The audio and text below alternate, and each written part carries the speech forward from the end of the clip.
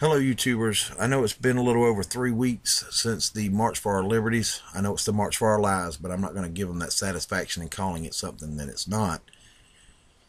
And the people at the protest, they want to blame the guns, the violent video games, Schwarzenegger's kill count in the movies, and heavy metal and rap music.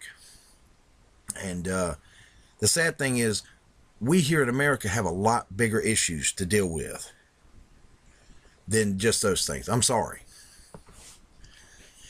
And I'll give you some of what I've seen here in America, and that's where my focus is going to be. But I see a lot bigger issues that we need to deal with before guns and violent video games even come into the conversation. So I see a lot of immature parents out there that are having children, and you can't teach your children to be mature adults if you're not one yourself. Can't teach your kids what you don't know or what you're not as a person. That's like the blind leading the blind, right? You also have situations where both parents have to work. And while you're at work, the state and or the streets are raising your children, which is not a good setup for your children or for the future of this country.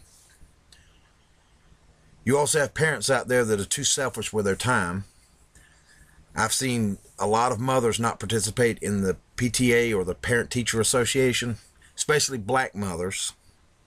And there are a lot less white mothers participating in today's world than it used to be in yesteryear when I was going to school. But I hardly ever saw any black mothers participating from 1st through 5th grade. Hardly any black mothers, maybe one per year I'd ever see. That's putrid. And if you look at what has happened to the black community here in America, the white community's fallen right behind them. So whatever destruction or whatever destruction level is in the black community, the white community's soon following, and it's just, I don't like it. I don't like, seeing this kind of stuff, but I don't know how you undo this stuff. You have a lot of people out there that are too selfish with their time, and they don't care about anybody but themselves, which shows a sign of immaturity, by the way. And think of it, Americans, with all these kids growing up with immature parents, being indoctrinated by the state and or the streets, parents who don't take an active role in their child's development, whether it be education or side activities like, Little League football and stuff like that, we'll have an army of Beavises and Buttheads running the country one day. Is that what you really want? I don't even think Mike Judge would want these two clowns running the country. Sounds funny, and I used to like Beavis and Butthead. I still like them. I used to watch the show religiously. But I don't want them running the country. And if you don't either, then take an active role in your child's development, please. We have a broken education system. The state has taken it upon themselves to teach your kids to lie to you. Let's say you have an 8th grade daughter and she's pregnant. You don't know anything about it. The school finds out about it. They get her set up with Planned Parenthood behind your back. You don't have any knowledge or you do not give your consent, but they can go around you. Where's your rights as a parent? That's your child. And your child should tell you. And it should be your job to tell your kids about the birds and the bees. It should be your job to tell them about condoms and birth control and all that when you feel it's necessary, when you think your child is mature enough to handle that kind of conversation. But the state has taken that, or you're relinquishing your rights as a parent to the state, which is a big mistake. But I digress. Also, the education system in and of itself is broken. You have people learning the LGBT-friendly pronouns, which is a joke. I mean, it's not going to get you a job outside of, organizing for a gay pride parade or something. And honestly, I wish the LGBT community would go and live their lives. You only get one shot at this that I know of.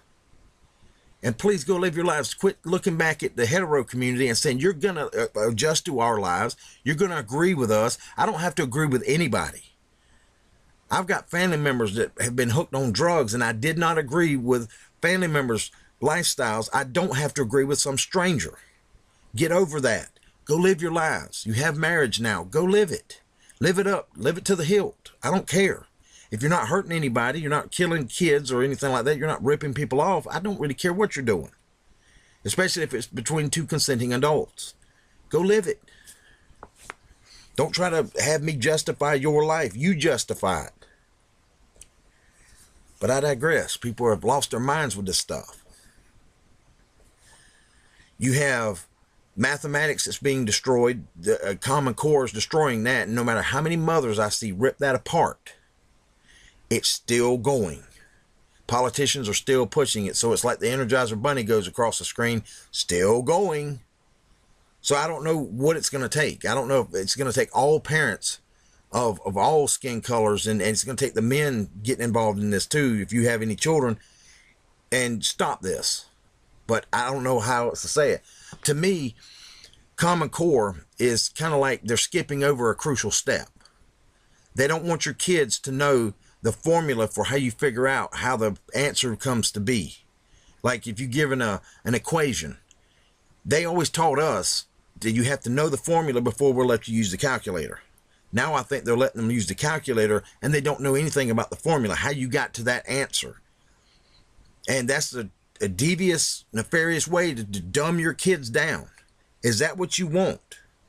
Do you want your kids to be less intelligent than you are? Don't you want the best for your children? Don't you want them to outdo you and have a better life than you had? That's what most parents used to want. I don't know what parents want anymore. Science, it's being, manipulated. They're teaching kids that it's not two genders, male and female, two sexes, two genders. Now it's like 256 genders or whatever it is that the LGBT community says it is. And while I don't have a problem with the LGBT community, I have a problem with their leadership. Quit pushing your agenda and forcing it on to everybody else. I don't have to agree with your stuff. Go live your lives and get out of my face with this stuff. Please. I don't like agendas anymore. I wish people would take their agendas and stick it where the sun doesn't shine. Live, please. I've got two gay cousins, and they've been living their lives while the rest of you been protesting. And then you look back on your life and say, where did my life go? You were out there protesting all the time. Live. Then we don't care about our own history. Here in America, we're trying to tear it down. And those who don't know their history are bound to repeat it, right? Well, I've got a new twist for that one. Those who don't know or care about their history are quick to burn it down. And that's what we're doing. When they went after the Civil War monuments, and I think that's still going on, and then they're going after the Founding Fathers, which last year when they started the Civil War monument attack, I knew that the Founding Fathers were next because their ultimate goal is they're not trying to help black people feel more included into the country. They're doing it to go after the Constitution and Bill of Rights because they want to put those two documents in a museum under proper context so that they can rewrite the Constitution and Bill of Rights in some kind of Marxist statist image, which is an image that I will not stand for. What we have now works as long as our politicians aren't dirty and as long as we, the American people, are vigilant and hold our politicians' feet to the fire. And if they cross the line, then we put our feet up their behinds. But we don't do that. We're not vigilant. We also have a drug problem in this country with the illegal drugs and our politicians waging this fake war on drugs because a lot of them and some of our government agencies are turning a blind eye and allowing this stuff to be flown in or because it's a big business. All right. And then you have the prescription drug problem. And I was prescribed Prozac one time and the doctor asked me if I was depressed. And my answer to him was, well, you get depressed every once in a while. He immediately wrote down Prozac on his little pad and wanted me to get it filled out. And I did. I took it for 30 days and then I quit getting it after that because I didn't like the price tag on it. And I didn't feel like I needed it. And I think we're being overprescribed drugs or being prescribed drugs we don't need. The doctors could be getting kickbacks just like the politicians are for the illegal drugs. And the doctors are getting kickbacks from the pharmaceutical drugs. Hey, if you're going to give out any antidepressants, make sure it's Prozac. And they're getting a kickback for it. I don't know. But somebody's benefiting somewhere, and it's not necessarily us. Also, we're being chemically induced, or whatever you want to call it, with what's in our food and water. I was actually getting hot flashes. I'm a guy. You don't hear about men in hot flashes. The reason why, and I didn't find out till years later, was because they put estrogen in the milk. Here's some more chemicals we're being bombarded with. I mean, remember the Tide Pod challenge that happened not too long ago? People actually eating detergent willingly. I mean, are we losing our minds here? Here's a new one. At least it's new to me. People are spraying insecticide on tobacco and then smoking it. And that one's putting them in the orbit or putting them in the grave. I bet if I told you that you could get high for 6 months straight on one rat dropping, everybody'd be chasing down rats trying to get them to put out some droppings so they can put them and dry them out in the sun, and then they could eat it or smoke it. Nobody can handle sobriety anymore, can they? And I wanted to save the best for last, and that's religion. I know people like to roll their eyes with this stuff, but here's the problem with getting away from religion, as we've done in America. Religion gives you your framework of what's good and evil. Without it, I don't think we'd function as a human society. I really don't. We'd go back to, caveman days, Cro-Mag or Neanderthal. And we're a violent species. We don't always do the right thing. I don't even think we do the right thing 50% of the time. I think it's like maybe 15 or 25% of the time. And you have to have some kind of positive and negative reinforcement. If you do good, you get presents. If you do bad, you get a lump of coal in your stocking, like Christmas. If you do bad in religion, you go to a lake of fire and you burn for all of eternity. If you do good, you go to you go through the pearly gates and you'll be, walking the streets of gold.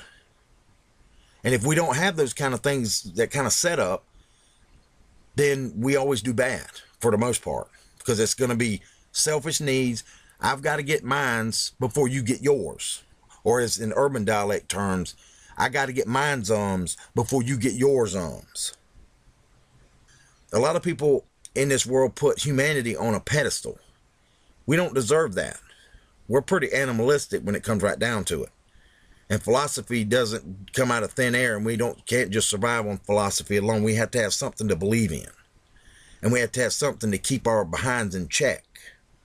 Also, religion calms us down. If you watch the news any, you notice that we're a lot more volatile and hostile to one another. Whether it be online, conversations, or whether it's a, meeting face to face. And if I don't agree with your political views, somebody gets hit over the head with a padlock, or somebody gets mace sprayed in their face, and here goes the fight. Just for political disagreements. The Bible calms people down. I've known plenty of people, especially my great-grandmother, who read the Bible a lot. I think she had her personal inner demons. She never talked about them, but I think the Bible calmed her. They would flare up, and then she'd read the Bible, and it would calm them back down. Sometimes you never get over certain problems that you have in your life. You can fight it to a standstill. You can beat it back, but you never get rid of it fully. And that's just some truth there. But we don't read the Bible. We've gotten away from, the nuclear family, where the father will sit there after dinner and he opens the Bible and reads it to his kids. You don't have that anymore. Or the mother does this. You don't have that. We look for our technology to, fix our problems. We look to our medications. People hide behind alcohol or meth or whatever it is to fix your problems. It's not going to fix anything. It's going to make it worse. And hiding from your problems or blurring your vision so you don't see those problems is not a sign of maturity. So all this can be tied back into religion and maturity and everything else. I mean, it's all integrated. But this is all of our problems here in America. It's not the guns. We're getting away from religion. We're masking our problems. We're too chemically, bombarded by things. We're just being screwed over left and right. The government doesn't care about you. It doesn't care about me. The FDA doesn't care about you or me. Anyway, that's my thoughts. And I'm out. Peace. That was cool. Yeah.